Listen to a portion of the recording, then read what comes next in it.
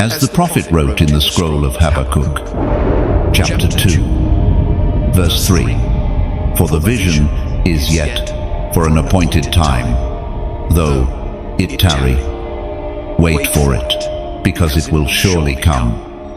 It will not delay."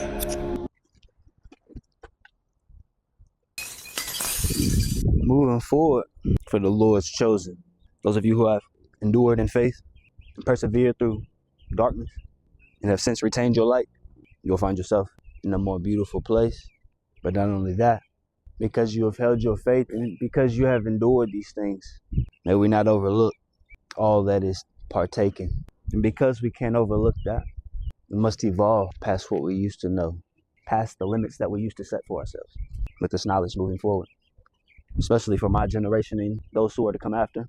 So this is more so guidance than it is a suggestion, where many of our most brightest and most well-meaning, resilient men have gone unheard in years past. To him I shall say, may ye be fruitful and multiply. To the female spirit who is looking, word, you should place your love in the man who is quiet, who you see the light in his eyes. Never again shall we hold ourselves to patterns of retaining toxicity for the sake of keeping something that obviously doesn't working or an established way of being. We must learn to not only move on, but retain these lessons that we learn from each other. Now, for many years, it's been real odd because a certain thing will require a certain other thing for you to have it. So what does that mean? That means that in a world of darkness, it gets flipped upside down. Everything that is real and true is turned on its head. Because many of us who grew up in our certain ways, certain habits form unintentionally. When we give our energy, we spill our life force.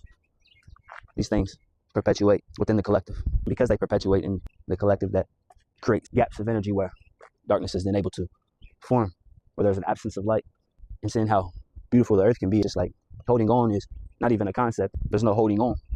It's all about what can we build from here? What do we need to do next? What's the next thing? And so looking at it from the evolved mindset, our divine feminine, our beautiful women, they should be cherished and well nourished and taken care of. And so what that means for our men who raise themselves to be resilient and to occupy and take care of things through the Lord, of course. Which, what I will say next shouldn't be what it is. And so for our divine feminine, we need to create our own tribes, come together, but not in a separation effect. Just like, here's your alpha male, and here, you feel me?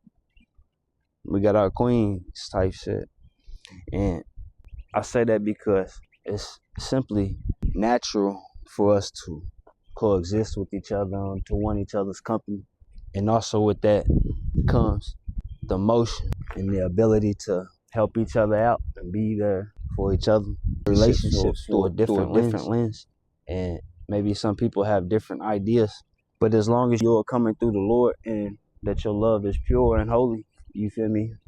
That is showing that true light in the world, right? And so many things were shown that had accumulated within the dynamics of mediocrity and the lower echelons and vibrations of human culture. Many have been shown to us as this is the way that they think that this is going to go. Like this here, we going to mess with these kids, genitalia here, do this there. And so because the enemy had created this whole elaborate scheme of how they thought that this shit was finna go, well, it's evident that everything that the enemy create from now on is a relic.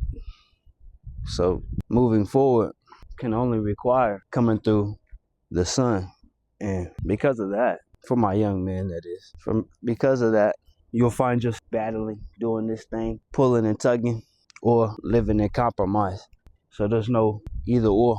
And because there's no either or, we put our line in the sin and then move past it whenever we need to.